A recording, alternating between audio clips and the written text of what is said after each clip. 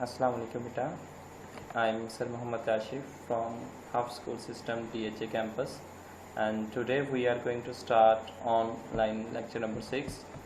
The topic is Levy's concept of acids and bases. So beta, two scientists Arrhenius और ब्रॉस्टन लोरी ने जो acid और basis के concept पेश किए, वो दोनों साइंटिस्ट के जो कॉन्सेप्ट थे वो प्रोटॉन्स के ऊपर बेस करते थे।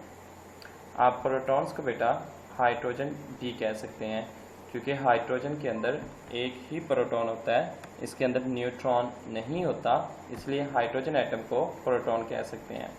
तो इसलिए आर्हेनियस और ब्रॉस्टन लोरी के जो कॉन्सेप्ट थे वो प्रोटॉन के ऊपर बेस करते थे। ये एक लिमिटेशन थी। इसका मतलब कि वो सब्सटेंस जो प्रोटॉन को दे या ले नहीं सकते, तो वो एसिड और बेस नहीं हो सकते अकॉर्डिंग टू आर्हेनियस और ब्रॉस्टन लोरी। लेकिन ऐसा बिल्कुल भी नहीं है। बहुत सारे ऐसे सब्सटेंस होते हैं जो प्रोटॉन लेते या देते नहीं हैं, लेकिन वो फिर भी एसिड और बेस होते हैं। तो इसी जो लिमिटेशन थी उनको ख़त्म किया लेविस ने ये कहा कि एसिड एक ऐसा सब्सटेंस है। सब्सटेंस से मुराद बेटा कोई भी मैटर, कोई भी चीज़ जो क्या कर सकती है, can accept a pair of electron, जो एक इलेक्ट्रॉन पेयर को ले सकती है। और जबकि बेस एक ऐसा सब्सटेंस है जो क्या करती है, जो इलेक्ट्रॉन पेयर को डोनेट मीन दे सकती है। तो इट मीन लेविस का जो कॉन्सेप्ट था वो किसके ऊपर बेस कर रहा है, इलेक्ट्रॉन्स के ऊपर। यानी कि जो इलेक्ट्रॉन दे सकता है उसको हम बेस कहते हैं, और जो इलेक्ट्रॉन पेयर को लेता है उसको हम एसिड कहते हैं। क्योंकि ये कॉन्सेप्ट ज़्यादा अच्छा था, क्योंकि ज़्यादातर जो एटम्स होते हैं वो इलेक्ट्रॉन देने या लेने की सलाहियत रखते हैं, तो इसलिए मोस्टली हमें ये पता चल सकता है कि वो चीज़ लेविस एसिड है या बेस है। आइए बेटा एक एग्जांपल देखते हैं। यहाँ पे हमारे पास ब्रॉन ट्राईफ्लोराइड है। इसको हम ब्रॉन ट्राईफ्लोराइड इस तरह से पढ़ते हैं, क्योंकि ये ब्रॉन ट्राई मीन बेटा 3, फ्लोराइड मीन फ्लोरीन, यानी कि जिसमें 3 फ्लोरीन होंगे। तो आप इसको काउंट कर लीजिए, ब्रॉन ट्राईफ्लोराइड। फ्लोरीन के आखिरी शेल में 7 इलेक्ट्रॉन्स होते हैं, तो आप इनको काउंट कर लीजिए, 2 to 4 to 6। और ये जो 7 इलेक्ट्रॉन था फ्लोरीन का, वो एक बोरॉन इलेक्ट्रॉन के साथ मिलता है और यहाँ पे ये सिंगल कोवलेंट बॉन्ड बनाते हैं।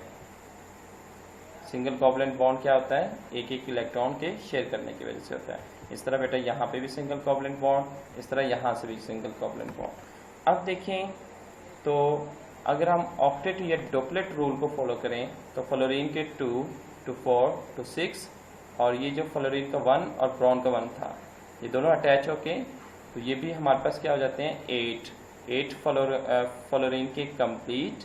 ब्रॉन की चेक करें 2, यानी कि एक इसका तो अपना है और एक फ्लोरीन के साथ इसने जो कोवलेंट बॉन्ड बनाया है, तो अब ये शेयर किया हुआ है, तो लिहाजा इस पर ब्रॉन का भी राइट बनता है, उसका भी हक बनता है। ये 2 to 4, ये 2 6। इट मीन ब्रॉन को अभी 2 इलेक्ट्रॉन की ज़रूरत है। तो ये साथ ही एक एटम है। इसमें फ्लोरीन नेगेटिव चार्ज इसलिए है क्योंकि फ्लोरीन ने एक इलेक्ट्रॉन को कहीं से गेन किया है। फ्लोरीन ने जब इलेक्ट्रॉन गेन करती है, क्योंकि फ्लोरीन के आखिरी शेल में 7 इलेक्ट्रॉन्स होते हैं, तो देन एक न्यूट्रल एटम के तौर पर होती है। जैसे इसने इलेक्ट्रॉन को गेन किया तो इसके ऊपर नेगेटिव चार्ज आ गया। अब फ्लोरीन क्या करेगी, अपना इलेक्ट्रॉन एक जो पेयर है वो इसको डोनेट कर देगी, और ब्रॉन ट्राईफ्लोराइड क्या करेगा, वो इसको एक्सेप्ट कर लेगा। क्योंकि ब्रॉन ट्राईफ्लोराइड इसको एक्सेप्ट करता है, तो लिहाजा ये लेविस एसिड कहलाता है, जबकि ये फ्लोरीन जो नेगेटिव आइन है वो लेविस बेस कहलाती है। अब ये दोनों जब ये इलेक्ट्रॉन दे देता है, ब्रॉन ट्राईफ्लोराइड उसको एक्सेप्ट कर लेता है, तो हमारे पास ये चीज़ बन रही होती है। होता ये भी ब्रॉन ट्राईफ्लोराइड है, लेकिन इसके ऊपर नेगेटिव चार्ज आ जाता है।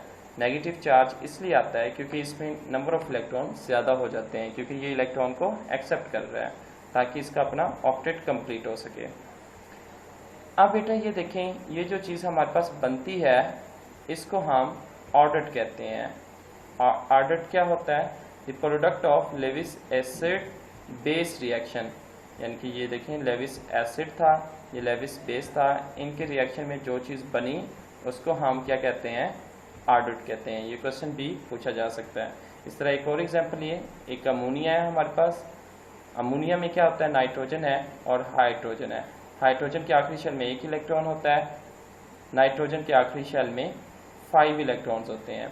तो नाइट्रोजन के 5 इलेक्ट्रॉन कहाँ हैं? एक एक इसने हाइड्रोजन के साथ शेयर किया हुआ है, तो इट मीन हाइड्रोजन के 2 कंप्लीट हो जाते हैं, तो इट मीन हाइड्रोजन का डुप्लेट कंप्लीट हो जाता है। नाइट्रोजन का देखें 2 to 4 to 6 और ये 2 8, यानी कि इसका भी एक तरह से ऑक्टेट कंप्लीट होने जा रहा है। लेकिन देखा जाए तो नाइट्रोजन के पास तो 5 इलेक्ट्रॉन थे, यानी कि 1 2 3 और ये 2 जो पेयर वाला है 5 थे, लेकिन जब उसने single single covalent bond sharing की तो उसके कितने हो गए? 8 हो गए। लेकिन इसमें उसके पास क्या पड़ा हुआ है? एक इलेक्ट्रॉन का पेयर इजाफी पड़ा हुआ है। इधर एक हाइड्रोजन पॉजिटिव आयन है, ये पॉजिटिव आयन है, it mean hydrogen positive ion में कोई इलेक्ट्रॉन नहीं है। अब इसको अपना डुप्लेट कंप्लीट करने के लिए इलेक्ट्रॉन पेयर की ज़रूरत है। यहाँ पे अमोनिया में नाइट्रोजन के पास इलेक्ट्रॉन पेयर खाली पड़ा हुआ है, तो अमोनिया क्या करेगा? अपना electron pair hydrogen positive ion को डोनेट कर देगा। तो चूँकि अमोनिया दे रहा है तो इसलिए अमोनिया क्या है? बेस है, और यहाँ पे हाइड्रोजन पॉजिटिव आयन क्या करेगा? एज ए लेविस एसिड के तौर पर रिएक्ट करेगा, और ये जो चीज़ हमारे पास बनेगी इसको हम क्या कहते हैं? ऑर्डिट कहते हैं। तो ये लेविस क्या होगा? ऑर्डिट होगा। आगे बेटा देखें, रिजल्ट देखें, तो हमने ये नतीजा अखज़ किया लेविस के कॉन्सेप्ट से कि ये एक एविडेंट देता है कि ऐसा कोई भी substance which have unshared electron, जिसके पास अनशेयर्ड इलेक्ट्रॉन होते हैं, यानी कि उसने वो इलेक्ट्रॉन पेयर को किसी के साथ शेयर नहीं किया होता, तो उसको हम लेविस बेस ही कहते हैं। आप देखें पीछे वाले एग्जांपल में, तो यहाँ पे भी उसके पास क्या था? अनशेयर्ड इलेक्ट्रॉन पेयर था, यानी कि उसने ये इलेक्ट्रॉन पेयर किसी के साथ शेयर नहीं किया था, इसलिए हमने इसको क्या नाम दिया? लेविस बेस का नाम दिया। यहाँ पे भी देखें तो उसके पास अनशेयर्ड इलेक्ट्रॉन पेयर पड़े हुए हैं, तो उसने किसी के साथ अभी तक शेयर नहीं किया, तो लिहाजा आपको पता है कि ये फिर दे सकता है, तो लिहाजा इसलिए इसको क्या हमने नाम दिया? बेस का नाम दिया। यानी कि जो दे रहा होता है उसको हम बेस का नाम दे रहे होते हैं। तो बेस का हमें कैसे पता चलेगा? अगर किसी भी सब्सटेंस में अनशेयर्ड पेयर ऑफ इलेक्ट्रॉन है, यानी कि वो इलेक्ट्रॉन पेयर जिसको शेयर नहीं किया, तो ऐसे कोई भी सब्सटेंस जिसके पास ये चीज़ पड़ी हुई है उसको हम लेविस बेस कह सकते हैं। जबकि सब्सटेंस वो सब्सटेंस जिसका अभी तक ऑर्बिट मुकम्मल नहीं है, इट मीन उसका ऑक्टेट डुप्लेट कंप्लीट नहीं है, तो वो क्या कर सकता है? इलेक्ट्रॉन पेयर को एक्सेप्ट कर सकता है, तो इसको हम क्या कहते हैं? लेविस एसिड कहते हैं। तो यहाँ पे आप देखें, बोरॉन को देख लेते हैं कि आप इसका बिल्कुल फुली मुकम्मल नहीं है, क्योंकि 2 to 4 to 6 इलेक्ट्रॉन थे, तो इस मीन अभी इसका ऑर्बिट कंप्लीट नहीं है। तो जिसका ऑर्बिट कंप्लीट नहीं होता तो वो आपको पता है मोस्टली इलेक्ट्रॉन पेयर लेने की सलाहियत रखता है, तो लिहाजा हम उसको लेविस एसिड कह सकते हैं। तो ये हमारा रिजल्ट था। इसके बाद एक और टॉपिक स्टार्ट हो जाता है, केमिकल प्रॉपर्टीज़ ऑफ एसिड। तो सबसे पहले हम देखते हैं रिएक्शन विद मेटल। यहाँ पे हमारे पास एक एसिड है ACl, और वो किसके साथ रिएक्शन करता है? एक मेटल सोडियम के साथ। जब भी एसिड किसी मेटल के साथ रिएक्शन करेगा तो वो दो चीज़ें बनाएगा, एक साल्ट और दूसरा हाइड्रोजन गैस को खारिज करेगा। आप किसी भी रिएक्शन में देखें, यहाँ पे भी देखें तो यहाँ पे भी आपके पास एक साल्ट बन रहा है और साथ आपके पास हाइड्रोजन गैस खारिज हो रही है। तो लेट डिस्कस। यहाँ पे बेटा देखें जिंक है, ये जिंक क्या करेगी? यहाँ पे नेगेटिव कौन सी है? क्लोरीन। तो जिंक क्या करेगा? रिएक्शन करके क्लोरीन के साथ अटैच होगा, तो क्या बनेगा? जिंक क्लोराइड, यानी कि ZnCl2, और ये एक क्या होगा हमारे पास? साल्ट होगा। और इसके साथ ये जो हाइड्रोजन बच जाएगा, आपको पता है हाइड्रोजन जो बचा हुआ है वो सिंगल नहीं लिखा जा सकता, उसको हमेशा H2 की फॉर्म में लिखते हैं, तो इस तरह ये एक हाइड्रोजन गैस क्या हो जाएगी, खारिज हो जाएगी। तो बेटा इस तरह से हर रिएक्शन इसी तरह से होगा। ये देखें यहाँ पे हमने आयरन लिया, जिसको हम लोहा भी कहते हैं और लैटिन ज़बान में फेरिस कहते हैं। जब ये ACl के साथ रिएक्शन करेगा, यानी कि फेरिस Cl के साथ शामिल हो जाएगा, FeCl2 बनाएगा, फेरिस क्लोराइड जो कि क्या है, सॉल्ट होगा, एक नमक होगा, और साथ हाइड्रोजन गैस को क्या करेगा, खारिज करेगा। तो तमाम रिएक्शन ऐसे ही होंगे। तो जब भी आपने क्या यहाँ से सीखा, आपने ये सीखा कि जब भी एसिड मेटल के साथ रिएक्शन करता है तो वो एक सॉल्ट और हाइड्रोजन गैस को खारिज करता है। नेक्स्ट प्रॉपर्टीज है reaction with carbonates and bicarbonate. तो सबसे पहले हम कार्बोनेट आपको दिखाते हैं। यहाँ पे ये हमारे पास कार्बोनेट है और ये हमारे पास कोई भी साल्ट है। जब भी साल्ट कार्बोनेट, ये सोडियम कार्बोनेट है, इसके साथ रिएक्शन करेगा तो ये देखिए इसका जो पॉजिटिव सिरा होगा कार्बोनेट का, उसमें क्या है, पॉजिटिव पहले लिखा जाता है तो Na है, इसका जो नेगेटिव होगा वो इसके साथ अटैच होगा और इस तरह क्या बन गया, NaCl।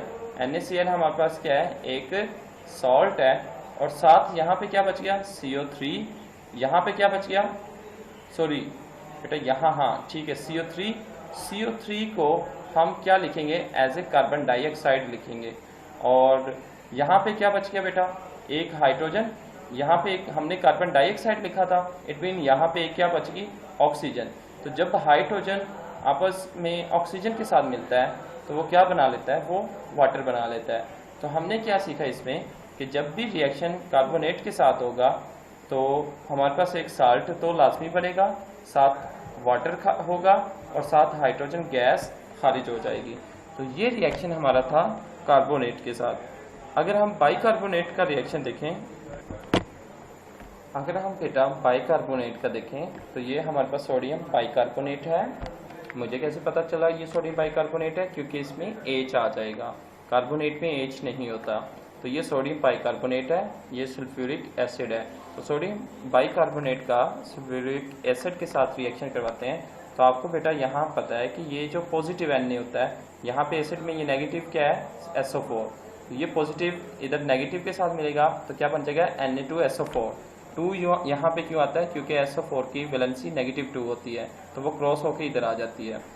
तो इस तरह से हमारे पास क्या बना बेटा, यहाँ पे Na पहले SO4 के साथ मिला तो हमारे पास ये क्या बन गया, सोडियम सल्फेट। तो ये हमारा सोडियम सल्फेट क्या है, एक सॉल्ट है। इसके साथ साथ हमारे पास एक कार्बन डाइऑक्साइड गैस खारिज होगी और साथ हमारे पास इधर H रह जाएगा, इधर भी H और इधर एक O रह जाएगी। तो ये दोनों मिलकर क्या बना देंगे, H2O यानी कि वाटर बनाएंगे। तो दोनों यानी कि अगर देखा जाए, अगर बेटा देखा जाए तो सोडियम बाइकार्बोनेट और जो सोडियम कार्बोनेट है, इनका जो प्रोडक्ट होता है वो तकरीबन सेम बनता है। इसके बाद हमारे पास है रिएक्शन विद बेस, और इस रिएक्शन का दूसरा नाम भी होता है न्यूट्रलाइजेशन।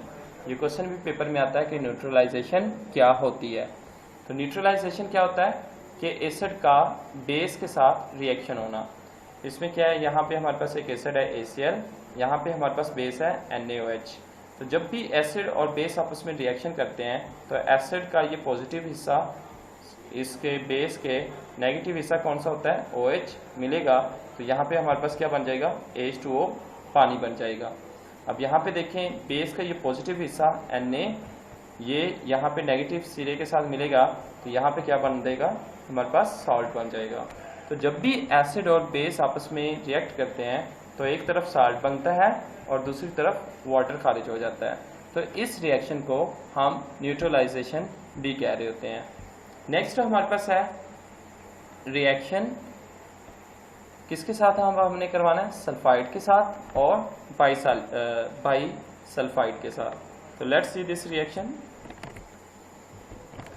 आप देखते हैं बेटा रिएक्शन विद सल्फाइड, यहाँ पे हमारे पास हाइड्रोक्लोरिक एसिड है, यहाँ पे कैल्शियम सल्फेट है। तो सबसे पहले हम सल्फाइड के साथ रिएक्शन करवा रहे हैं। तो ये सल्फाइड है हमारे पास पड़ा हुआ है, कौन सा सल्फाइड है, कैल्शियम सल्फेट।